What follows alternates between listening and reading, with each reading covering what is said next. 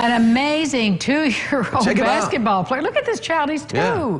Internet sensation videos posted by the parents show the toddler with incredible basketball skills.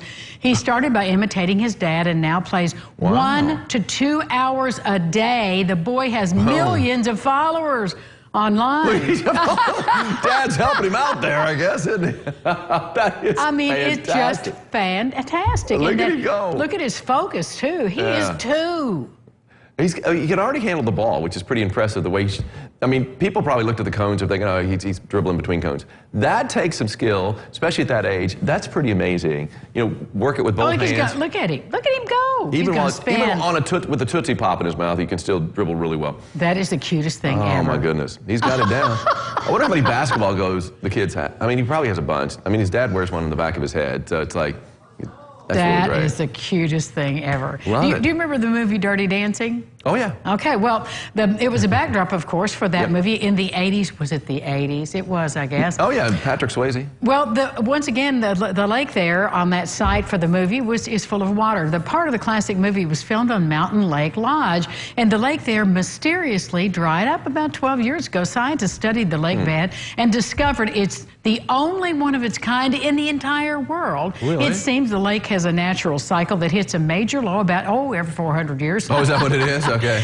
It's a mystery where the water goes, but employees of the Lake Lodge noticed the lake starting to fill back up after a wet spring. Yeah, that is so bizarre. Have you ever heard about that? Have you heard about that? No, I haven't seen that. You know, you study certain areas. In certain areas, I mean, things change, obviously. We talk about climate change, things like that. And areas get drier, areas get a little wetter or something along those lines. So it's not, to me, it's not totally unusual. But, I mean, that was a pretty good-sized lake. And for it to be basically just like barren, now it's coming back. After 12 years. Yeah, it kind of makes you think there's something else going on. I wonder how they knew it was a 400-year cycle. Well, that's what I'm saying. Was somebody there 400 years ago and sketched it? Well, that's the thing. If it's in Europe and you say it's a 400-year cycle, people have been living, documenting things in Europe for that long.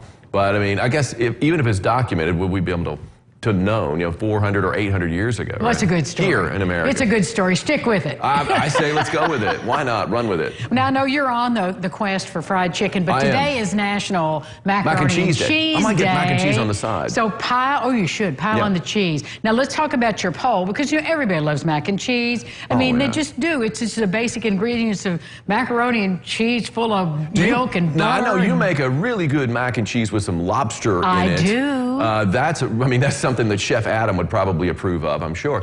But although it may not be healthy enough for Chef Adam, It might not be. I didn't say it was healthy, but it sure is good. Oh my goodness, it's good.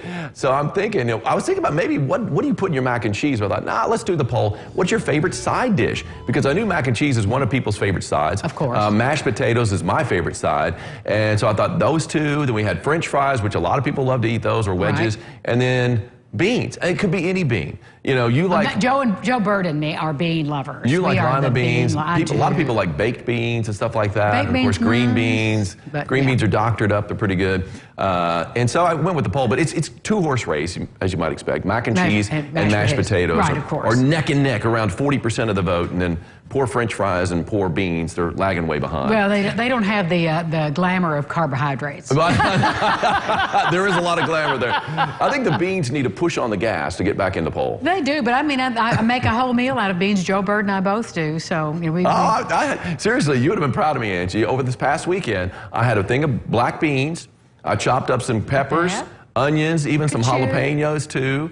And I whipped it up together. Look at that. There we go. Mac and cheese, mashed potatoes, 35 to 40%. Mashed potatoes is way out ahead, though, 40%. Yeah, the poor beans only 4.4%. And what did you do with the black beans? You made a salsa? Oh, yeah. And then I put some Rotel in there. Ooh. But I chopped up like I said, some onions, put a little garlic in there too. I minced some garlic, some fresh garlic, threw that all together. Let it marinate. Like in a crock pot? Yeah. So what did you do? Okay. Yeah, like a dip? It's kind of like a dip, but basically I heated it up on the skillet. Then I let it cool in the fridge and let all those flavors marinate in the beans. That's what you got to do. They got to meet each other. Yeah, they got to meet each other and become friends. And they were very friendly when I had them again after I pulled them How did you serve them? What did you do with them? I just ate them regular, just out of a bowl. No rice, no. Nope, not on rice. They recommended to do that, but I thought, we're going to go carb-free. I figured I've got Fried chicken week headed my way. True that. True that. I better start eating healthy. You better start jogging to those restaurants. Yeah, no doubt. What if I can make? Yeah, I'm going a long way today. You can halfway. Yeah. We'll be back with more local lifestyles right after this. Stay with us.